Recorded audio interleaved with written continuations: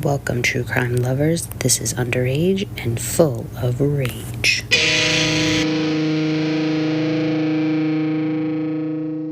Welcome, everybody, to another episode of Underage and Full of Rage, the podcast where the convicted are minors and their crimes are anything but.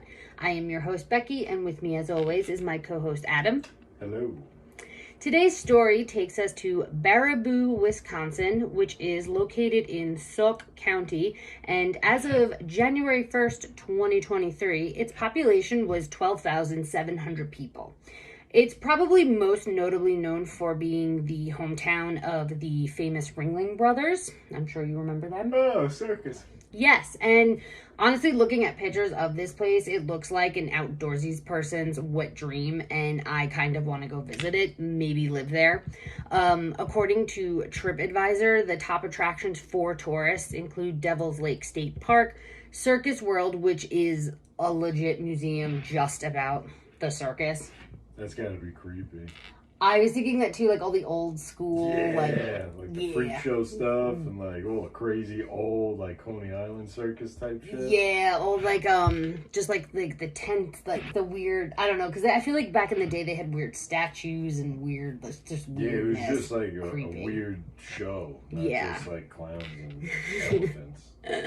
They also have the International Crane Foundation, which is basically a wildlife preserve that features 15 different types of crane species, including the famous and rare whooping crane. Like from PCU? Yes, I even put in my thing. It's the bird show, the one and only bird show. I'm so glad you got the reference. I wasn't sure if you were going to. Other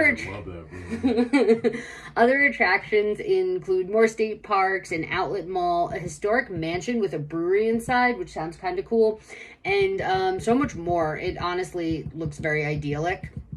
And so today we are going back to 1994. July 4th to be exact, and we are at the home of the Steiner family. Catherine and George Steiner have noticed their 14-year-old son Christian is missing. This prompts them to call the police, and the scene left in his room is eerie, to say the least. Christian's room clearly showed signs of an abduction because it was discovered that his window screen had been sliced open, and in addition to the patio door being unlocked, there was also muddy footprints on the carpet. But with so little to go on, there wasn't much anyone could do other than desperately search for the young boy. How terrifying of a scene. That's, yeah. Like, you know something happened, but you don't even know. But you don't know what. Yeah, or where to begin. Or when. Yeah, or who. So it wasn't until 6 days later, on July 10th, when Christian's body was found draped over a tree and partially submerged in the Wisconsin River. At the time of his autopsy, there were no traumatic injuries found, and even though cops felt there was foul play, there wasn't enough evidence to prove anything, and because of this, they weren't able to really move forward with the case. So Christian's death was ruled as undetermined, with the cause being listed as a drowning, and the case was closed. That was it. And once the case was closed, in the eyes of the law, there was nothing further to report or discuss regarding Christian's death. And, I mean, which, if you're his family, that has to be some of the worst news you could get, because you clearly know something nefarious occurred just by the state of his room. Yeah, that's scary. So, oh my God, sorry for the pause, but there's a bug in the room. Thank you for killing it. You just terrified me. I was expecting to look down and see like a giant spider. Speaking of... It's dead. Okay, so Chris's case wouldn't be on anyone's radar, at least not until that following year, when the Phillips family moved to the area of Baraboo, and on the night of July 29th, 1995, their world would be turned upside down, and the life of their 13-year-old son, Thad Phillips, would be forever changed. After a long day, 13-year-old Thad was watching TV in the living room when he fell asleep on the couch. At some point, he can feel someone picking him up and begin carrying him through the house. Since he's barely awake at this point, in his mind, he thinks it's just one of his parents carrying him to bed, which makes sense and is so common that it's understandable that that is where his head went. He ended up realizing, however, he is not heading to his bedroom, but instead he is brought outside, and when a very groggy Thad is put down on the ground, he notices that the person who has been carrying him is a young man he doesn't know and someone he has never even seen before. God, that's gotta be so fucking scary for a kid. What do you even... and you're half asleep too, so it's like, what the fuck is going on? That's a fucking nightmare. That's the only thing you can think of. It's probably one of those, like, am I still dreaming? Like, what's going on right now? So Thad, being very young and mostly still asleep, is trying to make sense of what is going on, and in doing so, he chalks it up to maybe this person is a family friend, which is so innocent of a kid to do. So when the kid asks him to run with him, a very confused Thad agrees and does so. The kid ended up making Thad run about a mile away to his own house. When they finally arrived at the house, the kid introduced himself as Joe and proceeded to tell Thad that he was throwing a party and included a list of kids that were supposed to be coming over, some of which consisted of kids that Thad had known. Joe then asked Thad if he wanted to go up to his room and check out his model cars while they waited for everyone else to show up. When Thad got into Joe's room, Joe's demeanor completely changed, and this is when Thad's nightmare began. Joe threw Thad down on a dirty, disgusting bed and grabbed his ankle and began twisting. He continued to twist Thad's ankle until it splintered and snapped. Probably due to pure adrenaline, Thad manages to break free from Joe's grasp and makes a run for it, and as he makes his way downstairs, Joe unfortunately catches up to him before he can make it out of the home. Joe grabs Thad again, this time tossing him onto a couch nearby, and takes Thad's leg and starts pushing it upwards towards his head. Joe, enraged now by Thad's attempt to escape, leans in and continues to push Thad's leg until it too snaps, breaking his thigh. Oh. Yeah, this whole episode is like, I constantly keep like squirming, and I want to just like, ugh, yeah, it's brutal. I remember this kid's 13 dealing with this too, which it is not even imaginable. So Joe continues to abuse Thad as the night went on, breaking both his legs, his hip, and his shins. The pain, I can't even imagine. And Thad at one point does ask Joe why, and Joe told him that he enjoyed the sounds of bones breaking. That is so sick and fucking twisted. Horrifying. I that's the only thing I could think of. Like, if that's your answer, that's terrifying. After Joe was finished breaking Thad's legs, he then started dressing his wounds. And this was something that would happen repeatedly over the following 43 plus hours that Thad was held captive. Joe was a different type of sadist because even though he really enjoyed hearing the sounds of bones breaking and enjoyed watching his victims in pain as he did it, he also got some weird type of satisfaction in being the one to help nurse his victims and help them during the healing process, which I found to be really odd. That's really strange. I wonder how many, like, cases there are, or how many people are like that. Like, outside of, obviously, the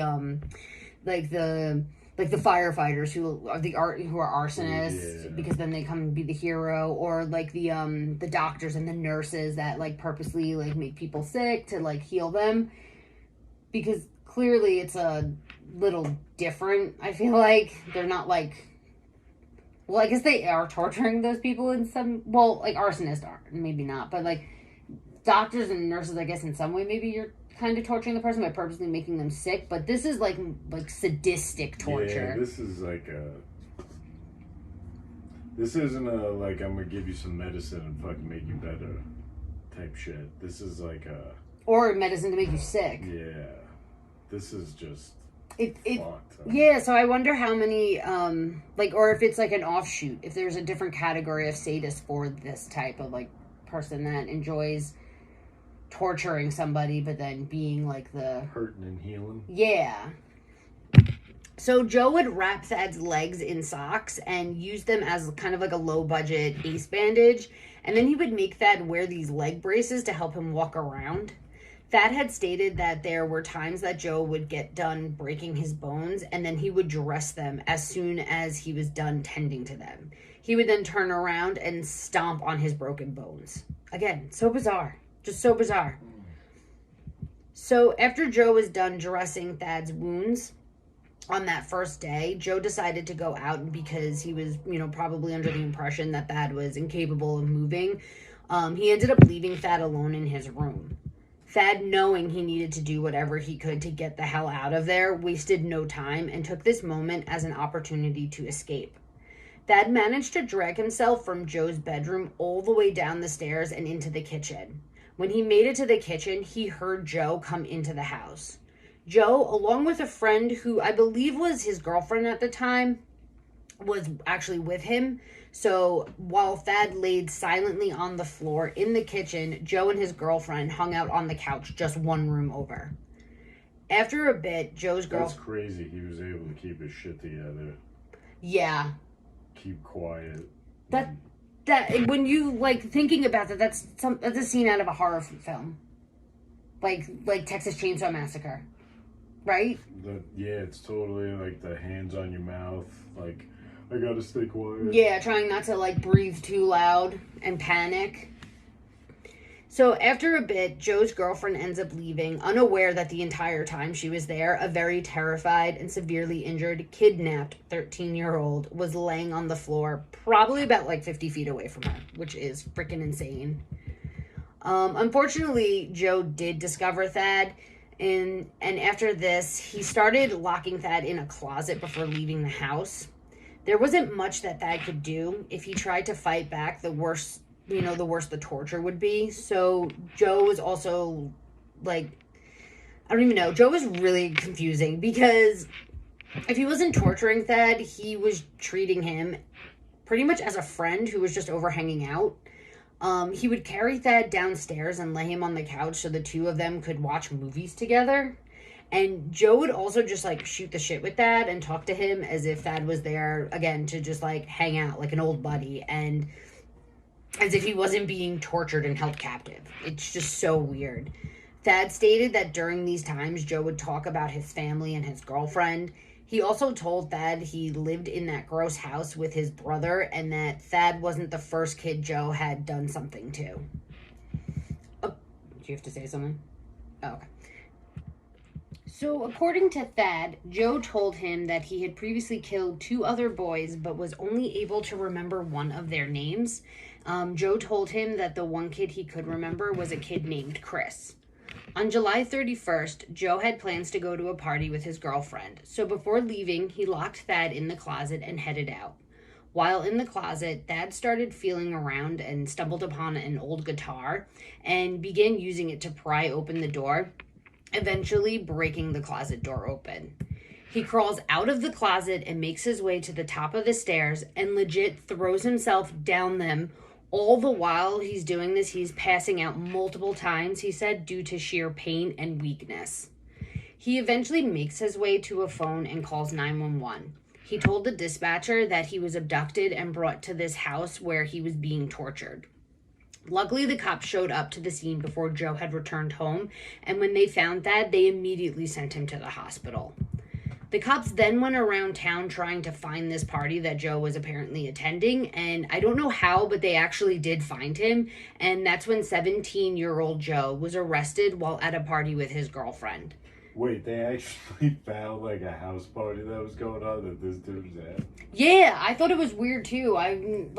What are the odds on that? Just going around town, party to party, just searching for him. Isn't that crazy? How many fucking houses there are in any given, just a subdivision, Well, it's funny, too, because I feel in, where we grew up, where it's, more suburbish, it's the same thing, the cops legit could probably just go around and ask neighbors, and they'd be like, oh, I heard there's one going down over there. Yeah, that's true. I feel like that definitely happened back in the day, so... Yeah. People in the community know all. So. Yeah, that's true. But I was impressed that they actually found him as well. So the cops were also able to search Joe's house at the time Joe's house at the time they were rescuing Thad.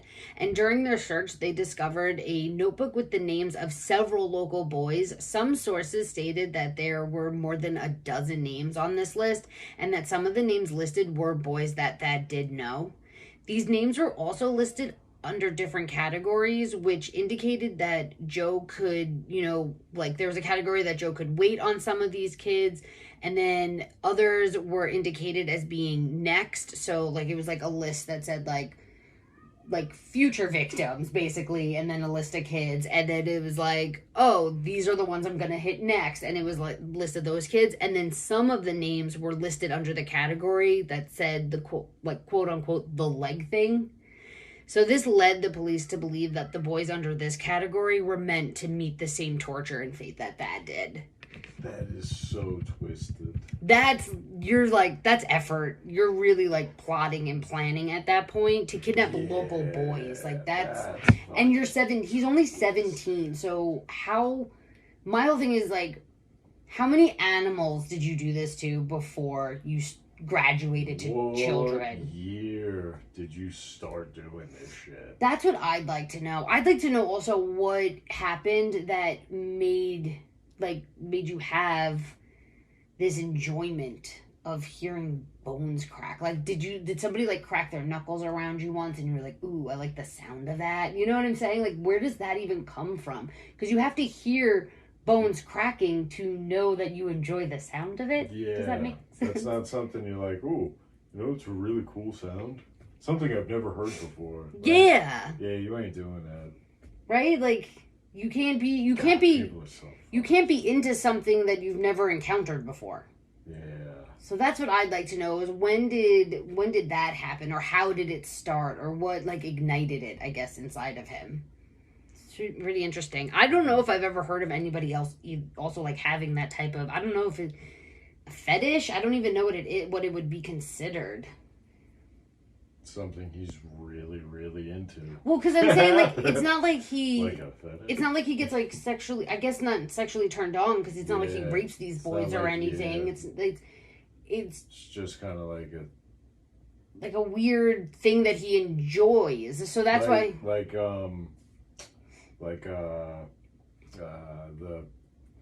The bubble wrap that you pop. Yeah, like a satisfying... Like, yeah. So that's the thing that I'm like... I'd be curious to know, like, because I don't even know what you would call it. Like, it's not a hobby, but a weird satisfaction. So, again, like, I feel like I've never heard of anybody else out there being like, yeah, I really like the sound of bones cracking. I just never heard of that before. Yeah. I just wonder how many other people, if there's an actual term, because there's like terms for everything, like dendrophiliac and all of that. So I wonder if there's a term for that out there. It just would be interesting to look into, which I clearly did not do. So, anywho. So, at this point, Joe was obviously charged, and he attempted to plead not guilty by reason of insanity, but the jury felt that he was not insane, and they found him mentally responsible at the time of the offense.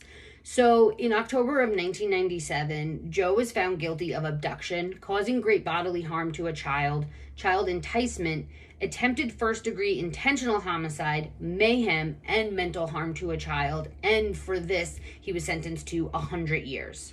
During his trial, Thad also testified, and when he told the court about Joe telling him about the two other boys, and one of them being named Chris, it raised a lot of questions and speculation around the questionable drowning of Christian Steiner the previous year. So as a result, Chris's case was actually reopened, and his body was exhumed. After the second autopsy, it was revealed that Chris's legs... Oh my god, sorry, my thing just jumped up. Chris's legs were broken and mangled with injuries extremely similar to Thad's. And I'm not sure how this was missed in the first time around. I don't... Because the first time around, it was deemed like, oh no, there was nothing major or anything like that. That's why it was undetermined, and they just knew he had drowned. But then the second time around, his legs were literally, it was like very apparent. Isn't that weird? That's really weird. Like, I don't want to be like, oh, it's suspicious or anything, but I just like, Is that one of those, like, no x-rays were taken or anything? It was just like... I don't need... That looks like pretty... Because you know how some stuff, it looks like real straightforward, cut and dry, and it's like, whatever. Yeah, but then something fucking weird...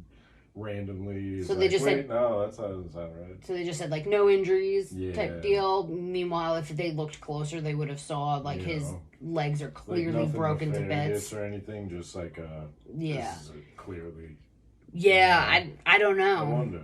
Yeah, I was like, how do you miss that? Was my whole thing, but after the testimony, the discovery of the injury... Oh, sorry. So, after the testimony, the discovery of the injuries, in addition to a statement from a boy who was in the juvie center with Joe, who had said that Joe had bragged about murdering a boy and hanging the body over a tree, it was determined that Joe Clark was definitely responsible for the death of Christian Steiner, and Joe ended up receiving an additional 50 years on top of his 100-year sentence. And as for the other boy he claimed to have murdered as well, nothing has ever been confirmed, and no other child has ever been identified to be the other victim of Joe Clark. So whether he was telling the truth or not is still unknown to this day. Isn't that crazy? That's insane. Because it's like, why make that up? But at the same time, I could totally see him making it up. Yeah. Scares shit out of him. Yeah. Just shock value, all the... Yeah. Just to go that one extra level. Like, doing it to two other boys sounds better than one, so I'm just going to say two. But I can only remember the one, and that's the truthful one. But I hope that it's a lie and that there's not an unnamed child, just victim, just still missing. Out there yeah. Nobody knows about. Like, that would be awful. Somebody knows about that, but nobody knows is out there. Yeah, so hopefully he was lying about the second one. So when it came time to appeal his sentence, Joe appealed some of his charges due to a lack of evidence.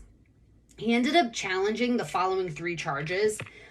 We have the factual basis for the convictions of intentional homicide, mayhem, and mental harm caused to a child.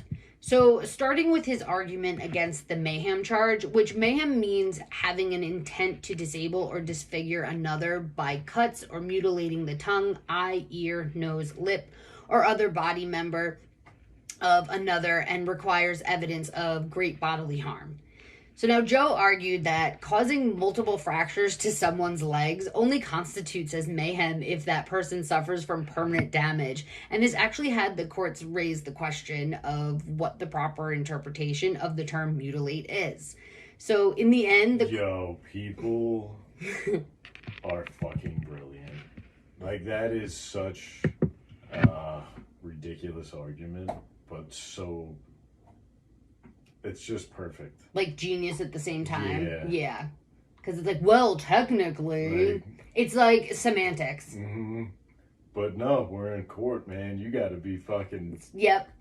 Words matter. Yep. That's crazy. So in the end, the courts denied this appeal due to their determination that there is no statutory requirement for permanency of injury. So basically, his argument is irrelevant because whether the person is permanently injured from the mutilation does not change the fact that the individual was mutilated in some sense, and therefore mayhem pertains to the mutilation aspect, not necessarily the permanency of the mutilation.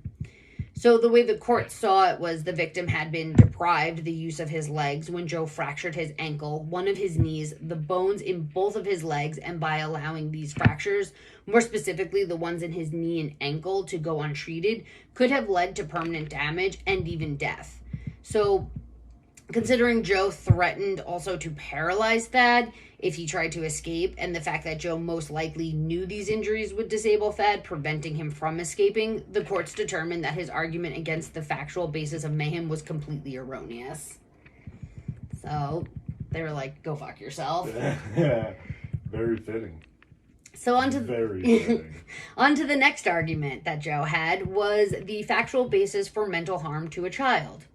This also raised the question of interpretation, as Joe claimed this applies only to someone who is temporarily or permanently in control of a child, and it requires proof that the defendant was in some way legally responsible for the child's welfare.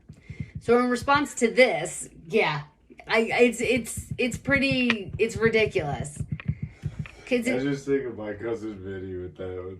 No, they teach you contracts, interpretation. So why don't you go to court and procedures? Yeah. So in response to this, the court stated that Joe's argument was unpersuasive because the statute clearly applies to anyone who is exercising control over a child and doesn't indicate that the control over that child only applies to legitimate scenarios. Therefore, stating that just because he kidnapped him does not negate the fact that he caused mental harm to a child, and therefore the court's findings of factual basis for mental harm to a child was accurate. What a fucking dickhead. Yeah. Yeah. He's that person. You know what I mean? He's that person. Like, I feel like he's every employer's worst nightmare because it's like anytime you ask him to probably do something, he probably has a rebuttal about X, Y, and Z, and you're just like, oh my god, just shut the fuck up and go do that, please, right? Oh, that's amazing. Oh, I hate people like that. So Joe's final argument was the factual basis for attempted homicide, in which he claimed the complaint was insufficient in showing he intended to kill his victim, and would have done so if it wasn't for the intervention of another person or some extraneous factor. Did I say that right? That word sound right? Or external factor? Maybe external factor. Sorry. Anyway, you get it. A third party or something else getting in the way. And to this, the courts responded with this argument having no merit because the blood pooling in Thad's legs were life-threatening, as well as Joe holding a pillow over Thad's face, which could have suffocated him, and the fact that Joe deprived Thad of food, water, and medical treatment, all of which would have resulted in Thad's death. The courts also pointed out that the only reason Thad is even alive today is because of his own doing. If he hadn't had enough courage and strength to get to a phone and call for help, he would have died in that home, and therefore the courts ruled that their findings of intent to kill wasn't erroneous either. So again, denied. What a dick. So they're like, shut the fuck up, go serve your sentence. Arguments are horrible. Yeah, ugh. It's like nitpicking. He's like trying to find any little thing. Oh, well, technically this doesn't say this, so I can try and weasel my way into this. Like, fuck off. Shut up, right? Yeah. So in the end, the courts denied all of Joe's appeals, and he is still serving his 150-year sentence while claiming to this day that he has no memory of the incident and is completely innocent of any wrongdoing. As for Thad, which doesn't make sense, though, because how can you appeal any of that saying all that crap then? Yeah, that goes against all of what was said during the appeals. Yeah. You either remember or you don't. So I don't remember torturing him, but regardless, I couldn't be held responsible because I technically kidnapped him and I wasn't temporarily or permanently in charge of his welfare. Why wouldn't you just not be responsible because you don't remember? So you know. Yeah, that doesn't even add up. That's a huge contradiction right there. Fucking moron. That's what he is. As for Thad, had it not been for his bravery, the Steiners may have never have known what really happened to Chris. And who knows how many other boys would have all fell victim to Joe Clark's twisted and sadistic ways. Obviously, Thad desperately needed a ton of medical attention after the incident, and he had to go through a shit ton of surgeries over the years to repair his legs. And Thad ended up suing Joe and was awarded $21 million in the settlement, and the money was supposed to be divided up and designated for different expenses that he would have obviously over the years. So for instance, over $31,000 was supposed to go towards his medical expenses, $6 million was given in compensation, and then the remaining $15 million was for punitive damages.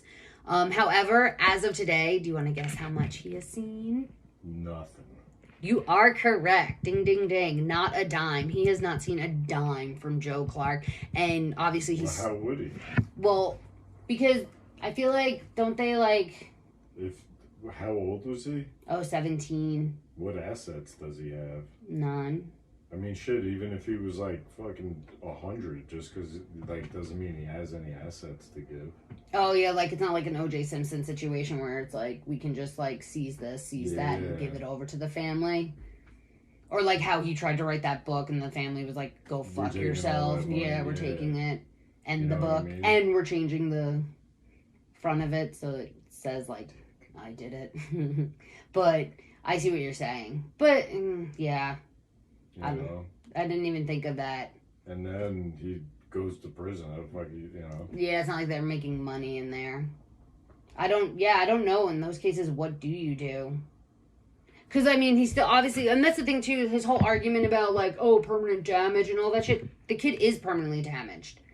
Like, he has all these medical things. He's still, I'm pretty sure it said he's still walking, he said that he, like, still walks with a limp and stuff, and he's definitely still injured, not just physically, emotionally, and mentally. Like, he's fucked. Yeah, I don't know how you wouldn't be. You know, like, obviously he's doing somewhat better because he's still living his life and he's out doing it, but there's residual fucking problems, obvious, that comes with it, so permanent damage. So that was another thing I just realized, like, your whole appeal for that was bullshit. Because who are you to say in this moment permanent damage? We have to wait 15 years and let's see the permanent damage. Yeah. So, interesting. So, but yeah, since he hasn't seen anything from this ordeal, a close friend of his actually ended up setting up, like, a GoFundMe for him just to, like, help raise anything for him, you know, to... That's pretty sweet. Yeah, with, like, you know, the, like, expenses and stuff like that, and probably just to live. Medical shit, too. Yeah, and just life. I mean, he's probably obviously limited on what he might even be able to do for work. I'm not really sure, but, like, you know, so... it's very important, though, to remember that Thad is more than just a survivor of Joe Clark. His escape single-handedly helped officially solve Chris Steiner's murder. He also saved so many other boys from being in harm's way. And on a grander scale, he actually helped make his community that much safer for all the young boys in that area. And had it not been for his bravery that day, who knows how much longer Joe Clark would have gotten away with his bullshit, honestly. The only thing left, I feel like I could say on this is, what a sick piece of shit. That about sums it up properly. Like, I don't even know what else to... That's a garbage person. Yeah. Yeah. And on that note, everyone, that was the case of Thad Phillips, Chris Steiner, and Joe Clark, also known as the Bone Breaker. So, you know what that means. It is now time for our shithead of the week. Adam, who do you have for us? So it's multiples, right? Because and none of them got names, because this is like a big problem, and you could go down rabbit holes for hours finding these ones. So this one was from 2023. Around 6 o'clock, Lynn, Massachusetts, cops get a call for shots fired at the Wendy's. They get there, a 16-year-old kid who works there shot in the shoulder. 17-year-old coworker is grazed by one of the bullets. Turns out, the whole reason, guy fucking in the drive-thru was given a small drink, and he ordered a large. I was going to say the fries were cold. September 30th, 9:30, cops respond to shots fired at a Taco Bell in Charlotte, North Carolina. Guy in the drive-thru gets into an argument because he thinks he got the wrong change, goes inside, gets into a bigger argument, leaves, and then shoots the fucking place up. What is wrong with people? Why is this a thing these days? How about Charles County, Maryland? Argument. Are these all 2023? You stop talking about dates. Oh, 2021, 2023, 2023, and then there's 9,000 up to today. Can you get better organized? And then there's an argument over the drive-thru at another Taco Bell. Turns into these two women getting out of the car and assaulting the person in the drive-thru. Oh my god. Then driving their car into the front doors. What? Because they got the wrong order. Those two were actually corrections officers. Wait. Who are no longer employed. I was going to say, how are you going to be a correctional officer and act that way? Epidemic of horrible people going to fast food places and treating fast food workers like pure shit. I don't understand why that's a thing. Escalating things to these points is ridiculous. It really is. Your reaction is not warranted. It's a mistake. It's fast food. Like, do you know how many times when we were younger, when we would get like Taco Bell, we knew we were not getting the right order. We just prayed that. Yeah, you just pray that you got somewhat of the order, or you got at least one thing in that bag that you know you could eat. Or you would be like, "Hey, my order's messed up," and then they would take care of it. And they say, "Oh shit, I'm sorry." You didn't start like. It doesn't need to be a fight. Punching people and throwing shit. Or that's the thing, when they start trashing the place. Like, what the fuck are you doing? People are such trash humans now. I don't understand that mentality. I don't understand. And then, like, the thing that pisses me off, too, is them, like, people make it, like, turn it into entertainment, and then there's all these videos, and I'm like, why do people even enjoy watching this shit? I get disgusted when I watch that shit. It's crazy. I don't, that's why I don't watch them, though. I'll, like, even see a beginning of it, and I'll just move on to the next, because I'm like, no, it's not entertaining. I don't understand people, sorry. The violent ones are getting out of hand. Like, it's ridiculous. There are people getting killed. I'm not, but I'm saying, like, if you're in a fast food restaurant, you get killed because some dickhead decided, oh, you gave me the wrong change, because you intentionally shorted the person 11 fucking cents. You know what I mean? Like, or the food's cold, or the order's wrong, or like, why should someone lose their life over that? 0 to a million. It makes no sense. It's an epidemic. It needs to stop. It's because people have no sense of like humanity or anything like that. They just don't. Human life means very little to me right now. Like, I just don't. I don't get it. I don't understand where the detachment from, like, hey, this is another person. And I'm working at McDonald's. You really think I want to fucking be here? Like, dude. Right? It is the way to own a franchise, so. That is true. It's a good gig if you own one. Yeah. I know that much. I'm not knocking people who work at fast food. I'm just saying. No, I know. Oh, okay. I was just saying. Yeah, I'm not knocking that. I'm just saying, though, like, they have a job to do, and it's like, oh, I'm sorry it got messed up, or sorry, like... You've never made a mistake in your entire life that wasn't worse than that. Yeah. Like, come on. Like, that's the thing, that it's like, as if it was deliberate, or it's intentional. I didn't purposely give you the wrong order. I made a mistake. I'm sorry. I don't... Or when people are like, this is like the third time I've been here, then why do you keep coming back here? If this place messes up your order every fucking time... Stop going. Why are you going back? Go someplace else. Yeah, like, I can't. I could see now. I didn't understand what you were going to say when you mentioned the rabbit hole, but I could see, because these happen all the time. And people are legit, like, now killing people a lot more. I saw an article, I feel like it was a few months ago, about... I feel like it was, like, an 18-year-old kid who killed, like, another, like, 19-year-old girl because over a fast food dispute. Forgot a chicken nugget or something. Yeah. Fucking insane. Fucking insane. Trash people do better. Why are people such trash humans? Exactly. Okay. Well, on that note, thank you for listening. And if you enjoyed hanging out with us, let us know by following the show on Spotify, Instagram, and or YouTube. If I feel like if you just look us up, like Underage Fuller Age, you should find it. It'll pop up. Also, if there's a case you want us to cover, hit us up and let us know. And until next week, make your dash count and don't be a douche. And if someone gives you the wrong fucking fries, deal with it. It's not that big of a deal. Be an adult. Thank you. All right. Bye.